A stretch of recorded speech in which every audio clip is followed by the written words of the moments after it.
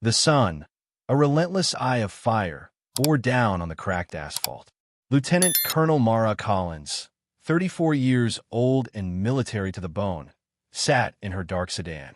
She was scanning her GPS, trying to find a new route to the hospital where her mother lay in critical condition.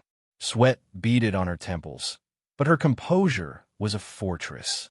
Her olive uniform was stripped of any rank or insignia, a deliberate choice to attract less attention in this neighborhood. But in this neighborhood, being a black woman in uniform was attention enough. A white patrol cruiser screeched to a halt nearby. No sirens, no warning. Two white officers stepped out, an aura of confrontation already radiating from them. The first, bulky and red-faced, adjusted his belt, a subtle but clear preparation for a fight. The second, lean with sly eyes and a smirk, trailed close behind. Well, the bulky one muttered, his eyes raking over her uniform. Halloween's early this year. Mara looked up, her expression calm. Is there a problem, officers? The lean one chuckled. Nice costume. Got it for Party Depot, Colonel. I'm a lieutenant colonel in the U.S. Army, she said, her voice firm and level. The two officers exchanged amused glances. Lieutenant Colonel, the bulky one, echoed, his tone thick with exaggerated disbelief. I'm not required to prove myself to street-level harassment, she replied, her voice crisp and sharp. The lean officer pulled out his handcuffs, a glint in his eye. How about we check your fantasy at the station? Get in the car. You're out of line, she warned, a cold edge entering her voice. There's no legal cause for detainment. You think a uniform gives you power? The bulky one, Mal Lister, barked, stepping closer. Not in this zip code. Mara didn't move. This uniform represents the Constitution, and you're about to violate everything it stands for. Mallister's jaw clenched. I said, hands behind your back. I'm telling you to stop, she said, her voice dropping to a dangerous whisper. You're one order away from a career-ending mistake. That was the last straw. Mallister lunged, yanking her arm with a savage force. A sharp wince escaped her lips as her shoulder twisted. He slammed her into the side of her car, her face grinding against the hot metal. Blood trickled from her lip. Mallister grinned. Where's your military now, Colonel? She didn't cry out. Her voice, though raspy, was unwavering. You're both finished. Finished? The lean officer, Doyle, laughed. Lady, nobody's going to believe you. It's your word against two cops. Then a dry, grim laugh escaped Mara's lips, a sound from somewhere dark and deep. It made them pause. What's funny? Mal Lister asked, the amusement in his voice faltering. You have no idea what you've just done. Her swelling, I flicked toward her phone, lying by the curb. With startling, precise movement, not resistance, but a finely honed reflex, she broke free from their grip. In 2 strides, she had the phone. Doyle yelled, charging, but froze cold as she tapped in a secure number and brought the phone to her ear. Office of General Ryan, she said flatly. Lieutenant Colonel Collins. I'm under assault by local police. GPS active. Immediate protocol. Code black. Copy. A calm, authoritative voice responded. Lieutenant Colonel. Units en route. Stay on the line. Mal Lister staggered back, as if struck. She's bluffing, right? That was fake. That wasn't real. Doyle didn't speak. His red face had gone white.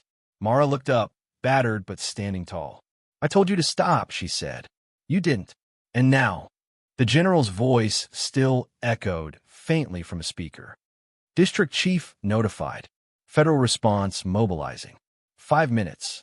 Panic replaced their arrogance. Mal Lister stammered. We didn't know. We thought. Thought what? She snapped.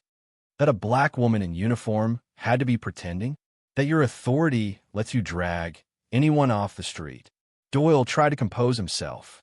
Let's all just calm down. But she wasn't finished. You'll explain this to your captain, then your chief, then maybe Congress. Sirens sounded faintly in the distance, a coordinated sound that was no coincidence. Helicopters weren't far behind. I suggest, she said, her gaze slicing through them, you don't move. I won't repeat myself. Doyle backed off, his hands half raised, the crushing realization sinking in. This wasn't some powerless bystander. This was a federal officer with rank, credentials, and a direct line to command. Mallister looked at her again, and the smirk was gone. We didn't mean for it to go this far. But Mara Collins had stopped listening. The line was still open, and the sound of rotors was growing louder. You really think anyone's going to believe you? Mallister snarled, stepping closer. You think one phone call ruins our lives? No one's lifting a finger for some lying black woman in a fake uniform, Doyle added, his voice rising in fury. Then Mallister lunged. He snatched the phone from her hand, raised it high, and slammed it against the pavement. A sickening crack echoed as the screen exploded. Without hesitation, he crushed it beneath his boot. There's your call, he spat. Mara didn't flinch. Her stare was locked on them, cold, unwavering, and dangerous. Doyle couldn't handle the silence. Something in her eyes threatened him. He grabbed her by the hair, yanking her head back violently. You think you're untouchable? You think someone like you can walk around giving orders? Mara tensed, her body rigid. Doyle raised his fist to strike. Just then, the sound of a powerful engine echoed from the corner. A black SUV rolled into view. No lights, no markings. The back door opened with precise finality, and a woman stepped out. She was blonde, composed, in a crisp military uniform. Her presence sliced the air like a blade. Officers Mallister. Doyle, she said, her voice firm. Release her now. Doyle froze, his hand still gripped in Mara's hair. Who the hell are you? He stammered. She held up a folder with a red seal. Supervisory Agent Kathleen Arrow, United States Army CAD. You're both under arrest for assault, illegal detention, and destruction of federal evidence. Mara smiled faintly, bruised but defiant. Told you. Doyle didn't let go. Not yet. Arrow stepped closer. 3 seconds. Release her, or you'll be staring down my sidearm and facing a court-martial. 1. Doyle's hand twitched. 2. Mallister dropped his cuffs. Clink. 3. Doyle finally let go. On your knees. Hands behind your heads. This is insane, Mallister shouted. She attacked us. She's impersonating. Before he could finish, Arrow dropped him to the pavement with a precise, practiced move. No, she snapped, clicking on cuffs. Everything you say can and will be used against you under federal and military law. Doyle tried to bolt toward the patrol car. From the far side of the SUV, another agent emerged, tall, muscular, dark-skinned, and stone-faced. Without a word, he tackled Doyle with effortless precision.